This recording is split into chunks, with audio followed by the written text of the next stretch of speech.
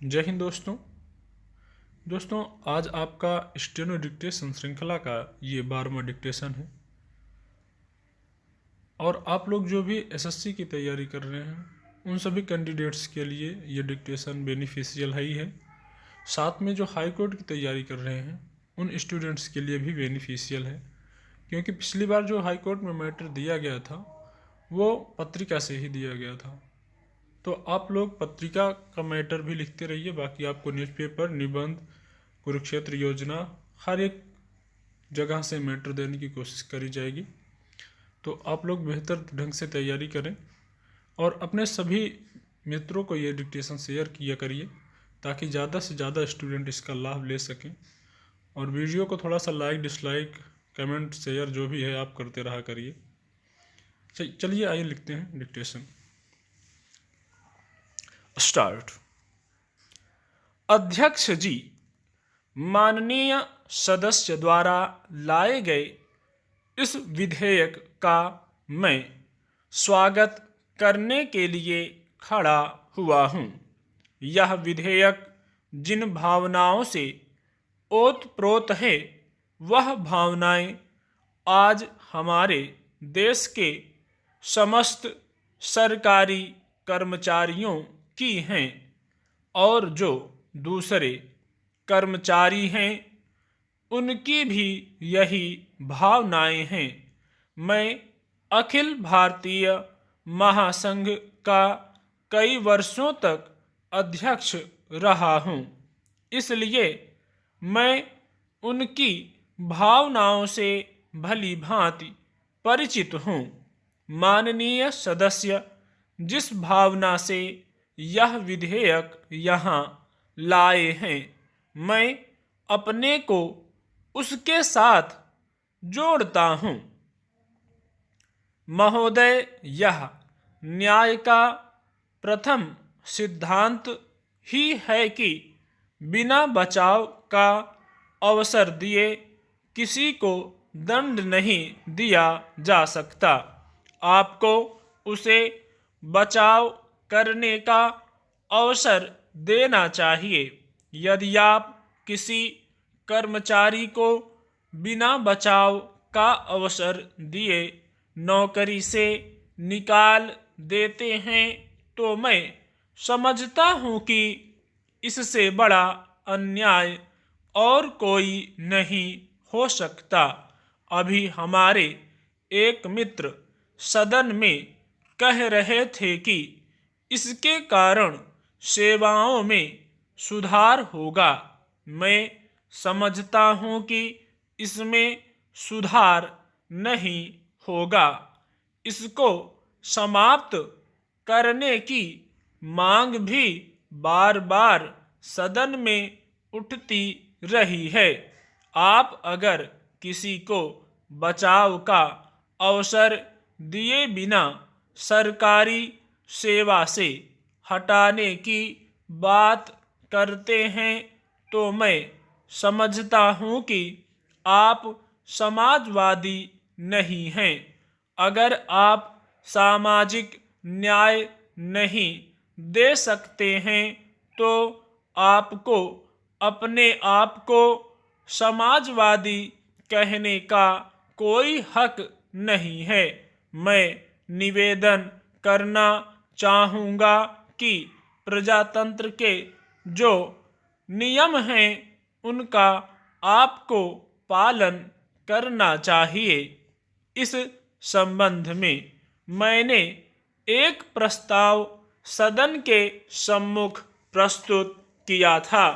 इस पर सदन में बहस हुई थी तथा यह विचार व्यक्त किया गया था कि सरकारी कर्मचारियों को लोकतांत्रिक अधिकार मिलने चाहिए, राजनीतिक अधिकार मिलने चाहिए और इसका सभी दलों ने समर्थन किया था। उस समय जो गृह मंत्री थे उन्होंने भी इसे स्वीकार किया था। जहां तक सरकारी कर्मचारियों या मजदूरों के शोषण का सवाल है, मैं कभी उनसे अलग नहीं हो सकता। यदि मुझे अपनी भावनाएं प्रकट करने का अवसर दिया गया तो मैं अपने विचार अवश्य प्रकट करूंगा। मैं आपके माध्यम से सरकार से और इस सदन के सदस्यों से अनुरोध करना चाहता हूं कि इस विधेयक को सदन में स्वीकार कर लिया जाना चाहिए। न्याय के समक्ष समुचित फैसला होने का अवसर सभी को मिलना चाहिए।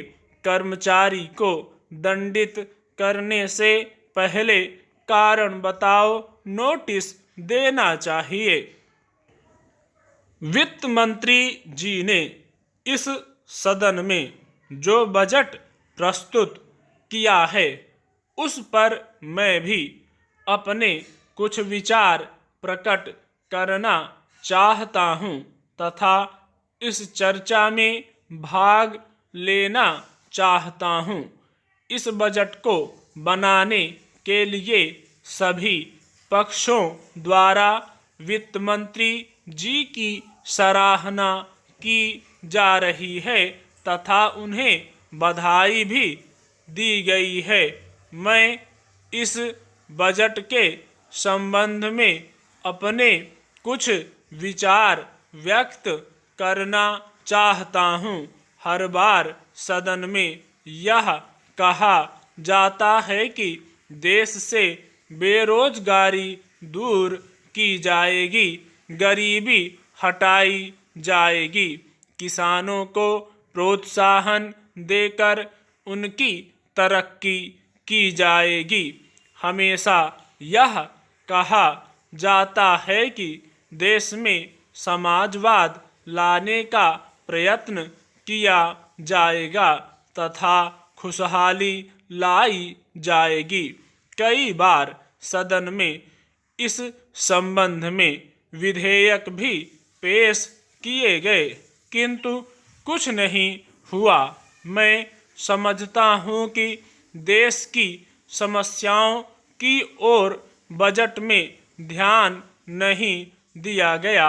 आम आदमी चाहता है कि रोजमर्रा की चीजें उसे सस्ते मूल्य पर आसानी से मिल सकें। मंत्री महोदय के सारे बजट पर नजर डालने से यह लगता है कि इस बजट में कहीं पर भी ऐसा उल्लेख नहीं है जिनसे इन कुछ महत्वपूर्ण समस्याओं का समाधान हो सके। आम आदमी को इस बजट से अत्यंत ही दुख हुआ है। माननीय सदस्य जानते हैं कि भारत एक कृषि प्रधान देश है। बजट में किसानों के प्रोत्साहन की ओर कहीं कोई उल्लेख नहीं है। किसान अपने खेत में जो भी गल्ला पैदा करता है, यदि सरकार उसके बेचने या खरीदने की अच्छी व्यवस्था कर दे और किसानों को उनके परिश्रम का उचित मूल्य मिल जाए तो वे भविष्य में अपने खेत में और अधिक उत्पादन बढ़ाने के लिए प्रयत्न कर सकते हैं। इस सदन में हमेशा इस विषय पर चर्चा होती है तथा किसानों की दशा सुधारने के लिए आश्वासन भी दिए जाते हैं किंतु सरकार किसानों की समस्याओं को भूल जाती है।